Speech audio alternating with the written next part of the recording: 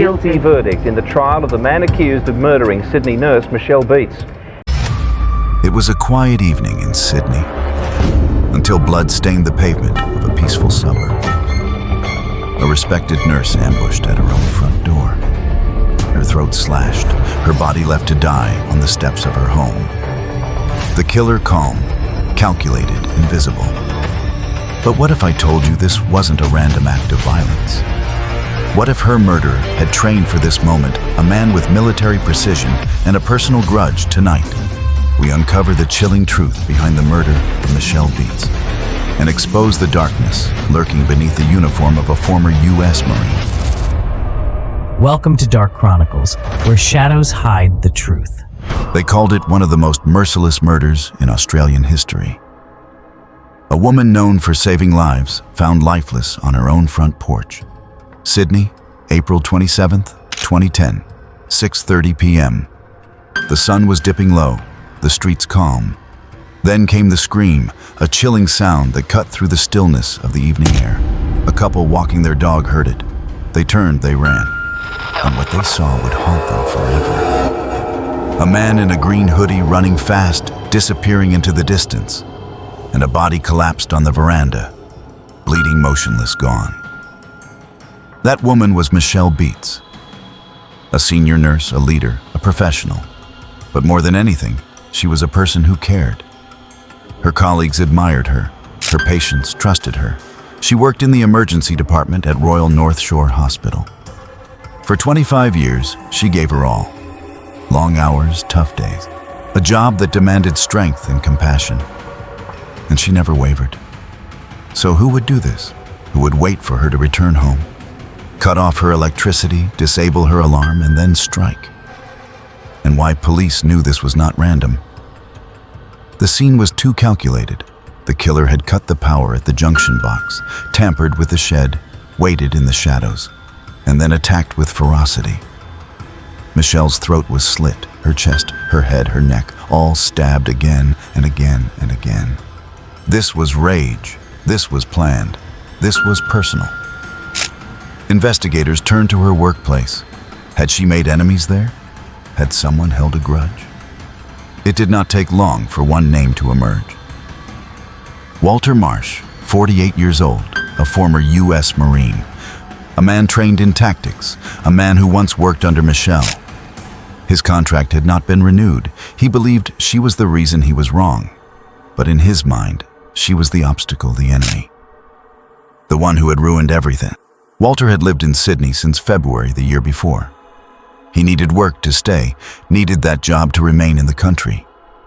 Without it, he faced deportation, and back in the United States, debts waited, a massive child support bill, a past he wanted to escape.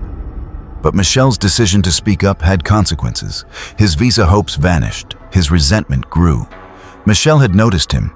She had told her friends, said he was starting to freak her out, said he made her uneasy. She even saw him near her house. He was watching, tracking, preparing, calling her home phone from payphones, trying to learn her schedule, her patterns, her habits.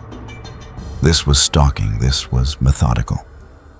On the day she died, Michelle changed her routine. She backed into her driveway instead of driving in. That change brought her face to face with death. Walter was waiting, masked, armed, ready. He approached, promised not to hurt her if she stopped screaming. She begged, but he lied. He used military techniques, slit her throat, repeatedly stabbed her, then ran. He thought he would get away, but there were witnesses. The couple with the dog saw him. CCTV captured a man matching his description. Throwing away a backpack, police searched landfills, bins, sites across the city, but the backpack was gone. Still, suspicions grew. Walter denied everything. Said he liked Michelle. Said he respected her. Said he was being targeted because he was not Australian. Said the police were biased. But his actions told another story. He had practiced throat-slitting techniques at home. On his wife, on his brother-in-law, he told his wife the words that cracked the case. "I did it. It's done. No more bad references." That was his confession. That was the beginning of the end. His wife and her brother came forward. They testified, gave statements. Their accounts matched. They described the training, the anger, the hate. They said he had planned it all.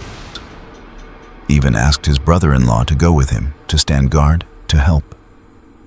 He had bought clothes just for the murder, changed in a garage, discarded the evidence, erased the traces. Walter was arrested, charged with murder, denied bail. His trial began. The courtroom heard everything, from the calls to the stalking, from the knife to the confession, from the plastic bag to the balaclava. His wife said he claimed to have permission to kill from a secret organization in Ireland. Said he was authorized, said it was his mission. Was he delusional or just evil? The jury had to decide. They heard from the witnesses, from the officers, from the neighbors who found Michelle, who saw her dying, who looked into her eyes as the light faded. The prosecutor described a man who wanted revenge, who could not accept failure, who blamed a woman for his collapse and killed her because of it. But there was more. Evidence came from a journalist, a reporter who had spoken with Walter, who had heard him say the words, "I had to do it. I needed the money." He claimed it was a contract killing. Claimed his wife needed funds, that he had cancer, that he would die soon anyway. Lies, more lies, but damaging. The jury reached a verdict. Guilty. Walter smiled, giggled, mocked the victim's family, showed no remorse, no sorrow, just cold indifference. The judge called the crime barbaric, cruel, abhorrent. Said it fell within the worst category of murder. Sentenced him to life. But even behind bars, Walter stirred chaos. He tried to take his own life, slashed his wrists, his throat. But he survived. Later, he tried again. This time he succeeded. Walter Marsh died in prison in 2020. But Michelle's legacy lives on. Her award honors nurses who go beyond, who give everything, who lead with compassion. Her name is spoken in hospitals, her spirit remembered in every life saved. She was a nurse, a mentor, a friend. She died with courage she is not forgotten. Michelle's family stood in court, eyes fixed on the man who took her life. They listened, they waited, and when the verdict came, they exhaled, guilty. It was justice, but it could never be enough. How do you fill a void like Michelle's? How do you replace a woman who gave so much, who asked for nothing in return, who faced violence with courage and dignity? Colleagues broke down. Friends held each other. Her hospital mourned in silence. A workplace that had once been filled with her laughter now echoed with grief. Patients remembered her face.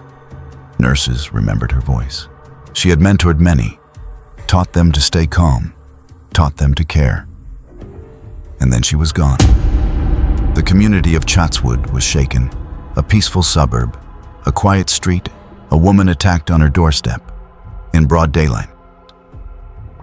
What did that say? Say about safety, about trust, about the people we walk past every day. The trial had exposed a man obsessed, a man consumed by rejection, who saw a setback as betrayal, who turned to violence with chilling precision. Walter Marsh blamed Michelle for everything, for his job loss, for his visa issues, for his future falling apart. But she was just doing her job, reporting the truth, protecting her hospital. Walter could not handle that. He called her names, called her evil, said she needed to be gone, that she stood in his way, so he plotted, watched, waited, calculated. He knew her routine. He knew her house. He knew when the light would go off. He knew how to break in. He had practiced, prepared, sharpened his knife. And on that day, April 27th, he made his move. Cut the power, disabled the alarm, waited in silence. A military tactic. Then he struck. She screamed. He attacked, slit her throat, stabbed her again and again, then ran. Gone before the neighbors could reach her. But Michelle fought. Even in her final moments, she tried to speak, to hold on, to let someone know. The couple who found her never forgot that look. The eyes of a woman who refused to be silent, who wanted justice. And justice came, slowly, painfully, but it came. Detectives worked around the clock, sifted through trash, examined footage, interviewed witnesses. Piece by piece, they built the case. And in the end, it was Walter's own words that trapped him. His confession to his wife, his lies to the media, his phone calls to the journalist. The story he tried to control turned against him. The trial was long, complex.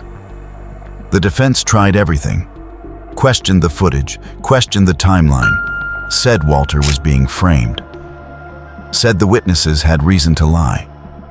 But the jury saw through it. They saw the rage, the planning, the cruelty. And when the sentence came, it was finalized. No parole. No more chances. Inside the prison, Walter tried to escape again. This time not by running, but by ending it all. He was found with slashed wrists, slashed throat, a suicide note beside him. He survived, but the damage was done. 4 years later, he tried again, and this time he succeeded. Walter Marsh was found dead in his cell. No one mourned Michelle's story. Did not end there. Her hospital founded an award in her name, the Michelle Beets Award for Inspirational Pediatric Care. It honors nurses who go above and beyond, who carry her spirit, her values, her heart. Each year, recipients are given funding for medical equipment, for training, for research. They continue Michelle's mission. They help children save lives, carry forward her legacy. Her name is spoken with respect, with reverence, with love. At her funeral, over 1,000 people came. Colleagues, friends, patients, policymakers, journalists, neighbors. Each person had a story, a moment, a memory. She had changed lives. And in death, she continued to inspire Michelle's partner. David never gave up. He sat through every court session. He fought for the truth, for justice, for closure. He watched the man who took Michelle try to manipulate the system, try to joke, smile, mock, and he stood firm. Michelle's family stood with him, strong, steady, united. In interviews, David said one thing mattered most, that Michelle would be remembered for how she lived, not how she died. She was a mentor, a leader, a friend, a healer. She stood for integrity, for truth, for care. Walter Marsh tried to take that away, but he failed. He may have ended her life, but not her legacy. Today, nurses remember her. Doctors quote her. Patients ask about her. Her award lives on. Her name lives on. Every year, another nurse stands on stage, accepts the Michelle Beets Award, and promises to carry her torch. The community still talks about it. They remember the sirens. The police tape the disbelief. People who lived on Holland Street never forgot that night. Some still avoid walking near Michelle's house. Others leave flowers on the anniversary. It wasn't just a murder, it was a rupture, a shattering of the illusion that places like Chatswood are immune to horror. Her hospital still remembers. Each April, they hold a moment of silence. Nurses light candles. Colleagues share stories. Some cry, some smile. All agree on one thing. Michelle Beets was irreplaceable. The media followed the story relentlessly. At first, it was confusion. Why would anyone want to hurt her? Then suspicion.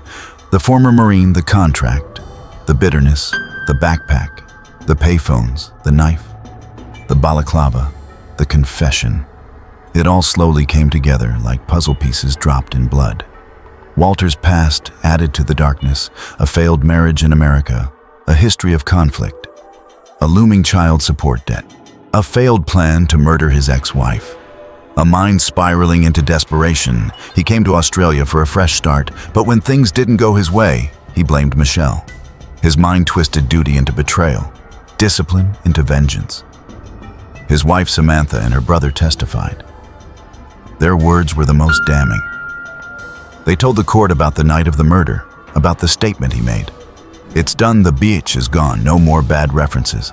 They told how he had practiced marine throat slitting techniques on them, how he bought gloves and cheap clothes from thrift shops, how he talked of having permission to kill. The jury listened.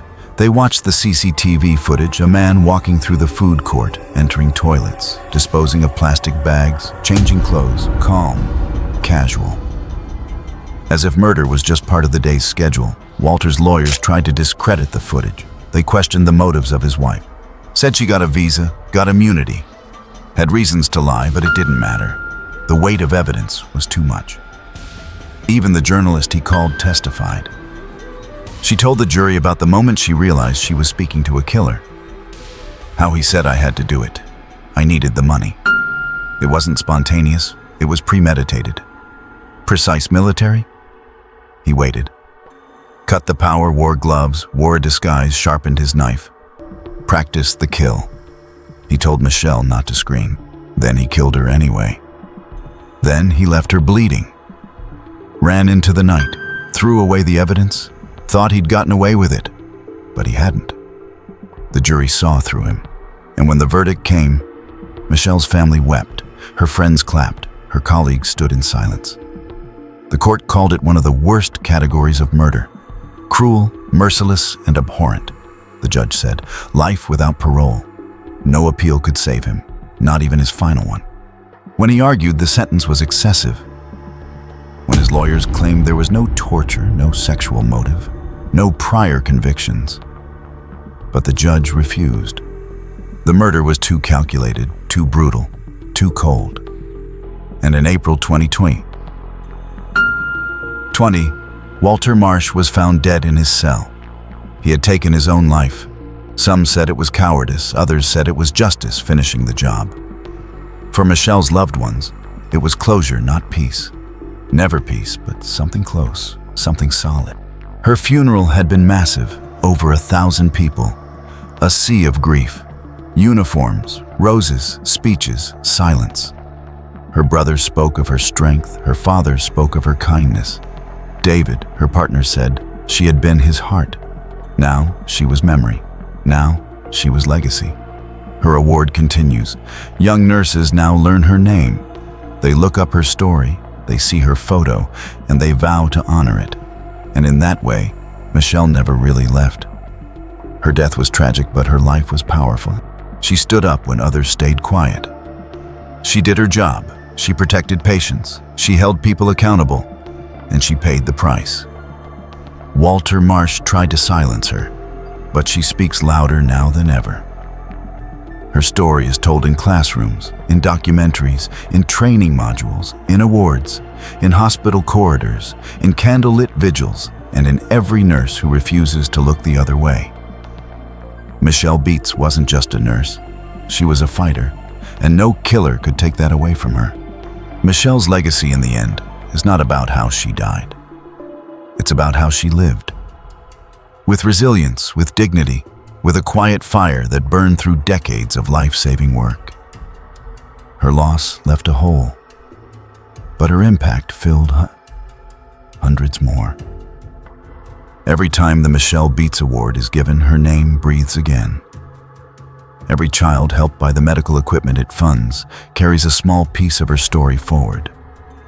And every nurse inspired by her courage remembers what it means to be brave. We cover a lot of dark stories here. And yes, this one is dark, but it's also a reminder that justice does happen, that evil doesn't always win, and that people like Michelle Beets, who choose integrity over silence, deserve to be remembered not as victims, but as heroes.